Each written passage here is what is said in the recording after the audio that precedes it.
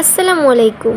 জীবনে একটা কথা খুবই সত্যি, নিজের পরিবারের জন্য যতই কিছু করি না কেন তাদের চোখে কখনোই আমরা নিখুঁত হই না। সকাল থেকে রাত অবধি ঘুম থেকে উঠেই তাদের জন্য ভাবি, কে কি খাবে, কি পরবে, কার কি লাগবে। নিজের কথা ভাবারও সময় হয় না, তবুও শুনতে হয় তুমি সারাদিন কি করো। সারাদিন শুধু বসে বসে ফোন টিপো। চিন্তা করে দেখো তো কেমন লাগে তখন। রাত জেগে তাদের জন্য কাজ করি, তাদের ভালো রাখতে নিজের শরীরটাকে পর্যন্ত শেষ করে ফেলি। তবুও যদি একটু অসুস্থ হই কখনো কেউ কেয়ার করে না। আরে ভাই, এই স্বামী জিনিসটা এমনই, যাকে তুমি যদি নিজের কলিজাটাও ভুনা করে দাও তাও বলবে লবণ কম হয়েছে। সবকিছুতেই দোষ, সবকিছুতেই ভুল। কখনো কি মনে হয় না যে সারাদিনটা তোমাদের নিয়েই ভাবে? তারও তো একটু ভালোবাসার দরকার, তারও মন আছে, তারও তো আশা আছে, স্বপ্ন আছে। আমরা মেয়েরা শুধু নিজের জন্যই বাঁচতে চাই না, পরিবারকে নিয়েই বাঁচতে চাই, তাদের জন্যই লড়তে চাই, হাসতে চাই, তাদের সুখেই আমরা সুখী। কিন্তু যখন সেই পরিবারের লোকজনই আমাদের কষ্ট বোঝে না, তখন খুবই ভেঙে পড়ি। কিন্তু এটা কাউকে বলতেও পারি না। আমাদের মেয়েদের কষ্টটা কেউই বোঝার চেষ্টা করে না। হয়তোবা সবাই মনে করে আমরা তো রোবট, সারাদিন সব কাজ করব, কিন্তু ক্লান্তি রাখা যায়। তাদের একটাই কথা, ক্লান্ত হয়ে পড়লে তো চলবেই না।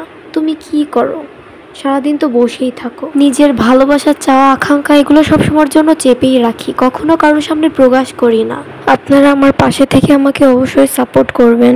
আমি ইউটিউব থেকে ভিডিও আপলোড করে কিছু একটা করতে চাই। আপনারা অবশ্যই আমাকে সাপোর্ট করবেন এবং আমার পাশে থাকবেন। প্লিজ আমার ভিডিওটি শেষ পর্যন্ত দেখবেন, আপনাদের কাছে অনুরোধ রইল। আর আমার চ্যানেলটিকে সাবস্ক্রাইব করে আমার পাশে থাকবেন। আর ভিডিওতে যে রান্নাটা দেখছেন আপনারা, এটা হচ্ছে ফিলাই ফিশ রান্না করা। এর ভিতর গরুর মেটেও ছিল, তো আমি ছোট ছোট করে কুচি কুচি করে নিয়েছি। তারপর মাংস রান্না করতে যে যে মশলা লাগে সেগুলো দিয়ে মশলাটাকে কষিয়ে নিয়ে তার ভিতর ফিলাই ফিশ গুলো দিয়ে সুন্দর করে বোনা করে নিয়েছিলাম। এটা খেতে অনেক মজা হয়েছিল। আপনারাও বাসায় এভাবে ট্রাই করতে পারেন। তো সম্পূর্ণ ভিডিওটি দেখার জন্য আপনাদের অসংখ্য ধন্যবাদ। ভালো থাকবেন, আমার পাশে থাকবেন এবং আমাকে সাপোর্ট করবেন। আর ইন্ডিয়া থেকে যারা যারা দেখছেন অবশ্যই কমেন্ট করবেন। আল্লাহ হাফেজ।